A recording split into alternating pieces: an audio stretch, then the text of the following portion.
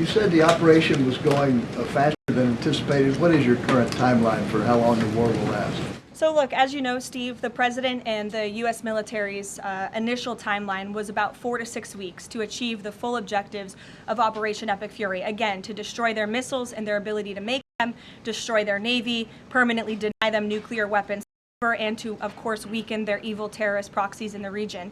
We know that the U.S. military and our brave warfighters are quickly and expeditiously executing these objectives well ahead of schedule, but ultimately the operations will end when the Commander-in-Chief determines the military objectives have been met, fully realized, and that Iran is in a position of complete and unconditional surrender, whether they say it or not.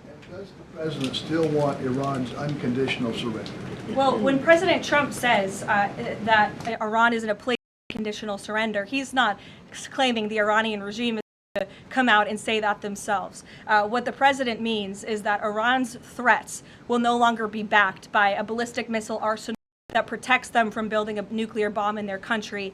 I could make an empty threat, but if I have no actions to back it up, then it's an empty threat. And so President Trump will determine when Iran is in a place of unconditional surrender, when they no longer pose a credible and direct threat to the United States of America and our allies. Adriana.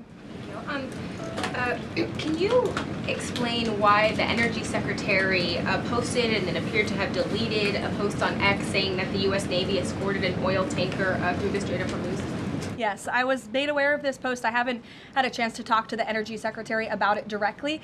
However, I know the post was taken pretty quickly, and I can confirm that the U.S. Navy has not escorted a tanker or a vessel at this time, though of course that's an option the president has said he will absolutely utilize if and when necessary at the appropriate time. And if this was something that was posted erroneously, would it be because of a staffer? Will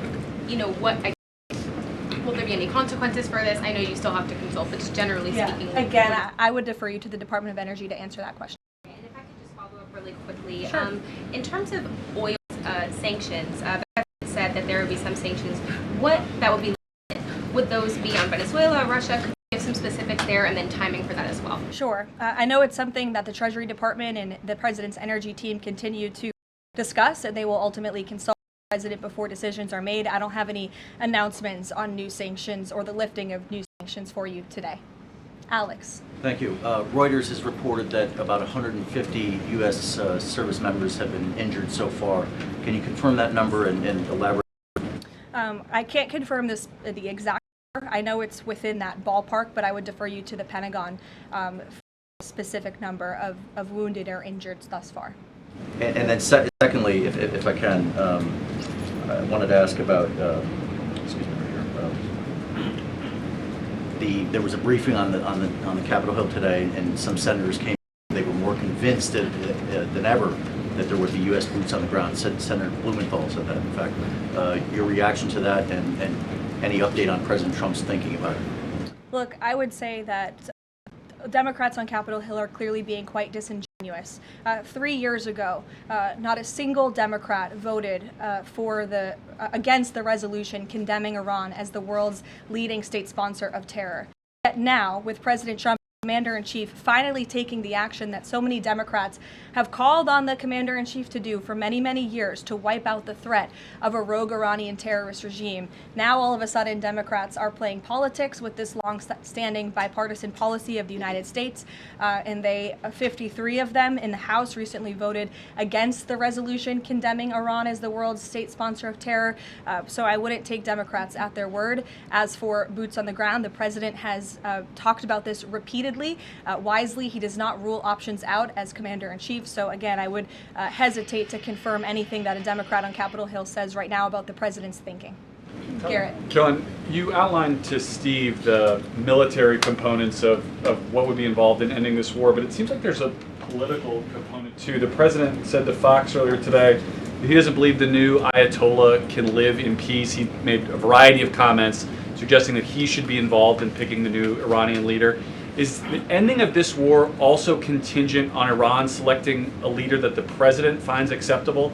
And if so, how is that not the definition of a regime change war? Look, as President Trump has blatantly and frankly stated, it's obviously within the best interest of the United States and the West to no longer have a radical terrorist in charge of Iran, especially as we see their reaction to Operation Epic Fury. They had their missiles turned towards our Gulf and Arab partners in the region.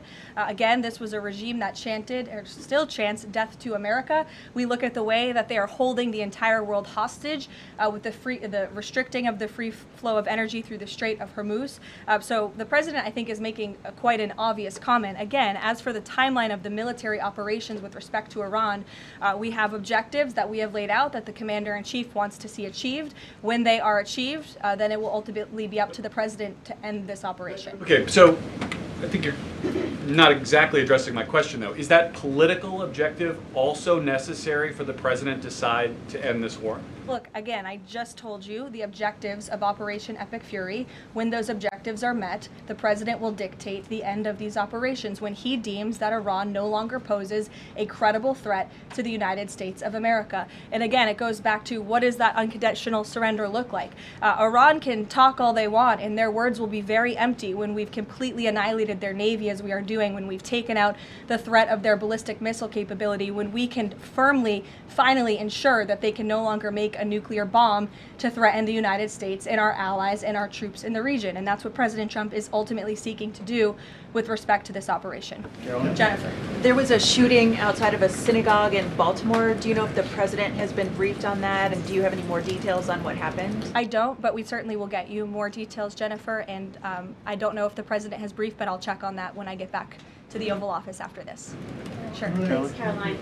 The president said yesterday for the first time that he had to strike Iran because he believes that Iran was going to strike U.S. targets within 7 days. And then he bumped that down later to 3 days.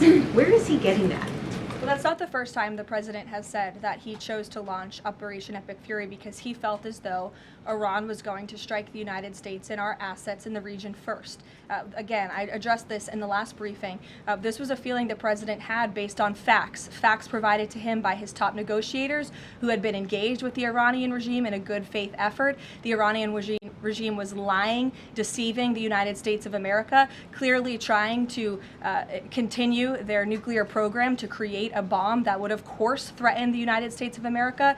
Again, their ballistic missile arsenal, they were rapidly and aggressively increasing that by the month to a place where they would essentially build immunity for themselves, where a future president or President Trump would not be able to launch this incredibly successful operation. And so the president, again, as I have reiterated and he has said, was not going to sit back and allow the Iranian regime to threaten or to attack the United States of America any longer.